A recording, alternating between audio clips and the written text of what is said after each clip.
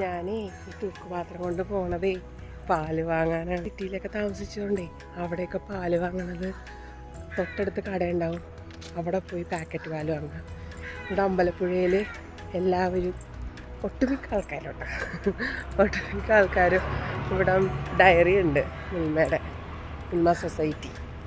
അവിടെ വന്നിട്ട് പാല് വാങ്ങും, ഇതുപോലുള്ള പാത്രങ്ങളൊക്കെ കൊണ്ടുവന്നിട്ട്.